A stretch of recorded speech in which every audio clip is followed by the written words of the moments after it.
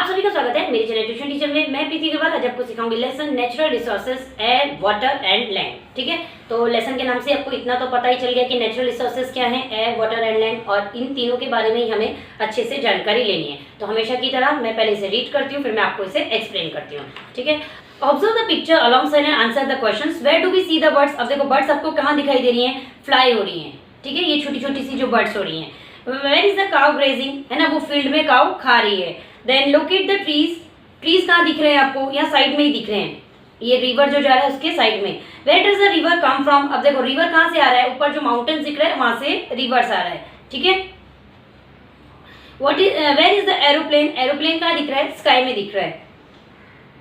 Where are fishes seen, fishes कहाँ दिख रही हैं, वाटर के अंदर दिख रही हैं। On what is the sail boat floating, sail boat आपको कहाँ दिख रही है, वाटर में दिख रही है। तो ये जो चीजें अभी आपने ऐसे बोली हैं कि स्काई में दिख रही हैं और यहाँ पे फील्ड में दिख रही हैं, वाटर में दिख रही हैं, तो इसी को उसको आपको अभी स्पेयर्स के थ्रू वहाँ समझना है। एटमॉस्फेयर में क्या आएगा, हाइड्रोस्फेयर में क्या आएगा, लिथोस्फेयर में क्या आएगा। Natural resources. You can see that some things in the pictures are in water, some on land, and some in the sky, that is in the air. Thus, all the things on the earth are associated with air, water, and land. Yes, अब देखो ये चीज़ तो हमें समझ में आई गई कि ये तीनों जो चीज़ें हैं नेचुरल रिसोर्सेज हमारे लिए बहुत जरूरी है। कुछ चीज़ें हमारे एयर में है, कुछ चीज़ें वाटर में है, और कुछ चीज़ें लैंड पे हैं। Air water and land are called the earth atmosphere. Yes, earth का जो हम एटमॉस्फेयर है वो क्या क्या उसमें इंक्लूड होगा, air, water and land, hydrosphere and lithosphere respectively. Moreover, different living things occupy these three spheres of the earth. These living things and the parts of the lithosphere, hydrosphere and atmosphere which they occupy are together called the biosphere. Yes, अब जिसमें ये तीनों चीजें आ जाएंगी, क्या क्या आ जाएंगे, hydrosphere, lithosphere और एटमॉस्फेयर, इसको मिला के क्या बोलेंगे हम, biosphere. These spheres have formed on the earth naturally. We have learned all this in the previous sentences. Yes, अब देखो ये जो spheres बनी है ये हम में से किसी ने नहीं बनाई है, ये हमसे पहले जो लोग थे उन्होंने भी नहीं बनाई है। ये कैसे बनी है, नेचुरली बनी है।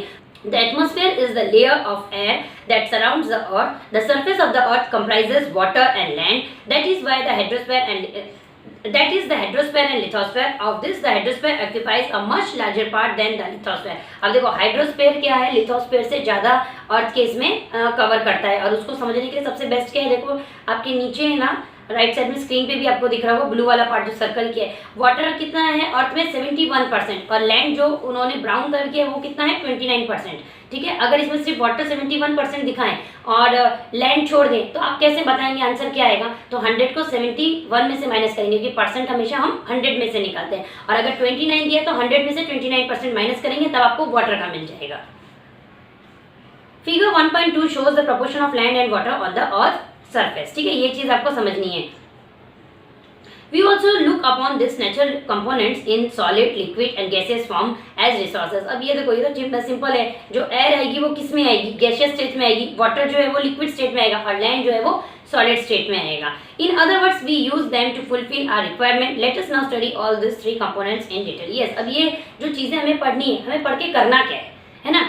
मेन बात तो यही आती है ना कि हमारी यूज़ का क्या है, इसलिए यूज़ का है कि ये डेली चीज़ें हमारे लिए ज़रूरी। देखो हम अगर बंद कमरे में हो, है ना, तो अगर हमें सांस नहीं आ रहा है, हवा नहीं मिल रही है, तो हवा की इंपॉर्टेंस तब पता चलती है। प्यास लग रही है और पानी ना हो तब हमें पता चलती है। ठीक है, अभी तो बारिश का समझो सीजन है ना, रेनी सीजन मान के चलो, तो रेनी सीजन में अगर आप जब बारिश में एकदम बोलते ना पानी में यहाँ तक डूबे हुए रहते हैं, तब आपको लैंड का मालूम पड़ता है कि नहीं, पानी में से बाहर निकले तो जगह होनी बहुत ज़रूरी है। तो इसी के बारे में हम आगे डिटेल्स में पढ़ेंगे।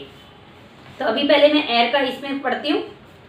Can you recall what are the 5 layers of atmosphere. ठीक है, तो ये आपने पहले लेसन में पढ़ा ही था, troposphere, stratosphere, mesosphere, ionosphere and exosphere, ये मैंने आपको एक बार बता दिया है। ठीक है, air, the air in the atmosphere around the earth contains nitrogen, oxygen, carbon dioxide, 6 inert gases, nitrogen dioxide, sulphur dioxide, water vapour and dust particles. ठीक है, तो ये छोटा सा ही है लेकिन इसमें नाम ज़्यादा है, इसको आपको बार बार पढ़ना है, उसे नोटबुक में लिखना है और उसे याद करना है। समझ लोगे आपको अच्छे से समझ आ जाएगा, लेकिन जब आप आंसर लिखोगे या कोई अगर आपसे जनरल में पूछे तो आप कैसे रिप्लाई करेंगे, इसके लिए आपको मेहनत करनी पड़ेगी। ये लेसन इतना ईजी नहीं है बेटा, है ना। जो हमारे एयर है एटमॉस्फेयर में, तो उसमें कौन कौन सी जो हम एयर लेते हैं ना, उसके अंदर कौन कौन सी जो आप बोल सकते हो गैसेस वगैरह है, एयर वगैरह है, तो वो है नाइट्रोजन, ऑक्सीजन, कार्बन डाइऑक्साइड। तो ये तो ऑक्सीजन हम इनहेल करते हैं, ये तो सिंपल इतना तो बता ही पाओगे, है ना। हम एक्सेल क्या करते हैं, बाहर क्या छोड़ते हैं, कार्बन डाइऑक्साइड, वो हो गया। नाइट्रोजन आपको याद रखना है फर्स्ट टाइम में, फिर याद रखना है 6 इनर्ट गैसेस, ये एक ही नाम है, 6 इनर्ट गैसेज, ठीक है। देन नाइट्रोजन डाइऑक्साइड, जब आप नाइट्रोजन याद करेंगे तो फिर नाइट्रोजन डाइऑक्साइड याद करेंगे, साथ के साथ sulphur dioxide, water vapour and dust particles. देखो डस्ट पार्टिकल्स हमें मालूम है, मम्मी बोलती है ना कितनी धूल मिट्टी आ रही है, कितनी बार पहुंचेंगे, तो डस्ट पार्टिकल्स याद हो गया। नाइट्रोजन याद करेंगे तो नाइट्रोजन डाइऑक्साइड बोलेंगे, साथ के साथ सल्फर डाइऑक्साइड बोलेंगे। और वाटर वेपर तो आपको मालूम है, पानी जब हम कपड़े सुखाते हैं तो हम वाटर साइकिल आपने सीखी होगी ना कि पानी क्या हो रहा है, ऊपर उड़ के जा रहा है, तो water vapour. The troposphere contains about 80% of the total mass of gases in the air. अब इसमें सबसे ज्यादा जो ट्रोपोस्फेयर है ना, 5 लेयर्स ऑफ द एटमॉस्फेयर, उसमें कितना परसेंट है, 80%, ठीक है। While this proportion is about 19% in this stratosphere, और 19% किसमें है, स्ट्रेटोस्फेयर में। Further in the mesosphere, ionosphere, the proportion of the mass of gases goes on decreasing. Gases are not found in the exosphere and beyond. अब देखो इस चीज को अच्छे से समझना है कि जो एक्सोस्फेयर है ना, वहाँ पे आपको कोई भी गैस नजर नहीं आएगी। इसको वापस रीड करना, वापस समझना, चाहो तो वीडियो को वापस रिवाइंड करके वापस से सुनना, ठीक है। हम यहाँ पे देखो इन्होंने एक गोल करके सर्कल करके आपको वो दिखाया हुआ है डायग्राम में, proportion of the various gases in the air. देखो यहाँ पे पहले क्या दिखा है, अदर कंस्टिट्यूएंट्स ऑफ एयर 0.07, हल्की सी ग्रीन सी लाइन है, उसमें भी ब्लैक लाइन की हुई है।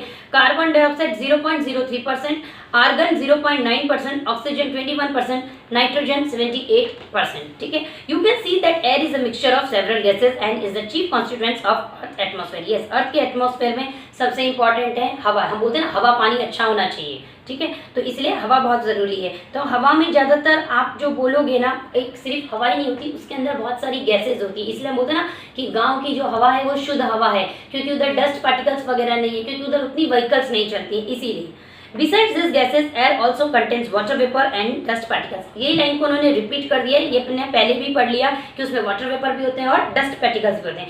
The amount of the gases in the air is the greatest near the surface and decreases as we go higher and higher from the surface. ये तो आपने देखा भी होगा ना कि जो माउंट क्लाइंब करते हैं, ज़्यादा ऊपर जाते हैं, तो वैसे ऑक्सीजन का लगाते हैं, नीचे आपको एयर ज़्यादा मिलेगी। जैसे जैसे हाई एल्टीट्यूड पे आप जाते जाएंगे तो क्या होगा, एयर का जो है वो कम हो जाएगा। That is air become rare at higher altitude. से हायर एल्टीट्यूड पे जितना आदमी चढ़ेगा वहाँ पे उसको बोलते हैं ना कि बोलते हैं सफोकेशन होने लग गया, उसको घबराहट से हो रही है, उसको हवा नहीं मिल रही, वहाँ पे हवा कम होती है। The proportions of the constituents of air and some of their uses are given here. अब देखो जो इतनी सारी हमने गैसेस पढ़ी कि कुछ गैसेस अच्छी हैं, कुछ गैसेस उसका नाम ही आपको नहीं मालूम होगा, तो उनका यूजेस क्या है, तो उनका यूजेस में यहाँ पे आपको रीड करती हूँ, फिर मैं आपको एक्सप्लेन करती हूँ। लेकिन आपको बेटा साथ के साथ है ना इन्हें याद भी करना है, ठीक है, ये आगे के लिए आपको काम आएंगी। Nitrogen helps living things to build the necessary proteins. It is useful in the production of ammonia and in airtight packing of food stuffs. अब देखो ये जो हमारे बॉडी में क्या काम आती है, लिविंग थिंग्स के प्रोटीन्स बिल्ड करने के लिए काम आती है नाइट्रोजन। सेकंड चीज इसका जो यूजफुल है ना ज़्यादा, air tight packing foods, ammonia में भी है, और एयर टाइट पैकिंग फूड्स। अब तो देखो ज़्यादातर क्या हो रहा है, रेडी टू ईट फूड आ रहा है, या हल्का सा उसको थोड़ा सा कुक कर लो वो आ रहा है, तो जो एयर टाइट कंटेनर में वो रखते हैं ताकि उसमें कीड़े ना पड़े, वो खराब ना हो, है ना, तो उसके लिए वो क्या यूज करते हैं, nitrogen. Oxygen necessary for respiration living things and for composition. ठीक है, अब तो ये तो सिंपल है, ऑक्सीजन तो हर किसी को चाहिए, नहीं होगा तो क्या होगा, इंसान खत्म हो जाएगा। और सेकंड है कंबशन। कंबशन मतलब कोई चीज जलाने के लिए भी ऑक्सीजन काम आता है। देन है carbon dioxide. Plant use it for producing their food, uses in fire extinguisher. Yes, अब देखो एक चीज याद रखना है। अब देखो कार्बन डाइऑक्साइड कैसा हो गया, ये प्लांट्स को यूज होता है उनको ऑक्सीजन देने के लिए, इनहेल करने के लिए, फॉर प्रोड्यूसिंग देयर फूड, और यूज्ड इन फायर एक्सटिंग्विशर। अब जो ऑक्सीजन था कंबशन के लिए था, मतलब जलाने के लिए काम आया था, और जो कार्बन डाई है वो फायर एक्सटिंग्विशन का काम करेगा। आपने देखा होगा कि कहीं कहीं आप जाते हो मॉल्स में, स्कूल्स में, और रेलवे स्टेशन पे, जहाँ भी आप अगर ऐसे पब्लिक प्लेसेस पे जाओगे ना, तो वहाँ पे आप देखोगे बड़े बड़े ऑफिस में तो रेड कलर का ऐसे ना सिलेंडर सा रखा हुआ रहता है कि इनकेस अगर कोई भगवान ना करे कोई प्रॉब्लम आती है, कहीं आग लग जाती है, तो वो फायर एक्सटिंग्विशर से पानी से उस आग को बुझाया जा सके और लोगों की जान बचाई जा सके। तो उसके अंदर कौन सी गैस होती है, कार्बन डाइऑक्साइड। अगर नॉर्मली भी देखो आप अपने पेरेंट्स के साथ कभी ना कभी तो बाहर जाते हैं, आपको कोई ऐसे ही पढ़ा वो फायर एक्सटिंग्विशर, आपको कोई पूछ ले कि आपने बेटा पढ़ा है तो इसके अंदर कौन सी गैस होती है, तो बोला हमें क्या पता इसके अंदर क्या होती है, क्योंकि नॉर्मली आप लोग क्या हो रहा है कि ज्यादातर अभी 8 तक सब बच्चे पास होते हैं, तो सब लोग क्या होता है रिविजन के भरोसे पे बैठते हैं, तो इन सब चीजों को ध्यान ही नहीं दे, सिर्फ बुक तब खोलते हैं जब उनको मार्किंग टिक मार्क मिलता है कि आंसर लिखना है उतना ही, या कोई स्पेलिंग चेक करनी है तो ऐसे इसलिए नहीं करना। पढ़ना है तो बेटा दूर तक का सोचो और अच्छे से याद करो, ताकि अगर आपसे कोई पूछे तो आप उसको जवाब दे सको यस कि ये फायर एक्सटिंग्विशन के अंदर कौन सी गैस होती है, कार्बन डाइऑक्साइड होती है। और इसी के अपोजिट ऑक्सीजन क्या काम करता है, जलाने का, और कार्बन डाइऑक्साइड बुझाने का। ठीक है, argon used in electric bulbs, ठीक है, तो जो इलेक्ट्रिक के बल्ब्स होते हैं ना, तो उसके अंदर कौन सी होती है, आर्गन होती है। Helium used for obtaining low temperature and also for generating lift in airships, airships के अंदर कुछ सामान लिफ्ट करना है, जनरेटिंग लिफ्ट, तो उसके लिए हीलियम गैस यूज होती है। Neon used in decorative lights and for street lighting. अब आप देखो रात को जब जाते हो, है ना, तो गांव में तो ज़्यादा से जल्दी से कोई जाता नहीं है, लेकिन शहरों में तो निकल जाते हैं, क्योंकि बोलते हैं ना, अरे अब तो डरना क्यों, उजाला है ना, भले लाइट का है ना, कोई बात नहीं। तो जो लाइट्स होती है ना इलेक्ट्रिक बल्ब, उसके अंदर कौन सी गैस होती है, neon.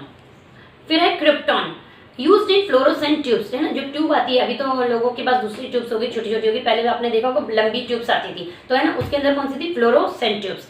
Xenon used in flash photography, xenon में क्या है, अभी आपने देखा कैमरा करते हैं तो फ्लैश लाइट आती है ना, ट्रेन किसी किसी को जलती है तो बोलते हैं फ्लैश लाइट बंद करो, मेरी आंख में लग रहा है ना, तो उसके अंदर जो एयर होती है जेनॉन, ठीक है। तो ये 2-3 तो चीजें ऐसी हैं, आप अच्छे से याद करके, मोबाइल से आप लोग भी फोटो क्लिक करते हो, तो जो फ्लैश लाइट में अगर पूछ ले कौन सी एयर है, तो जेनॉन, ठीक है।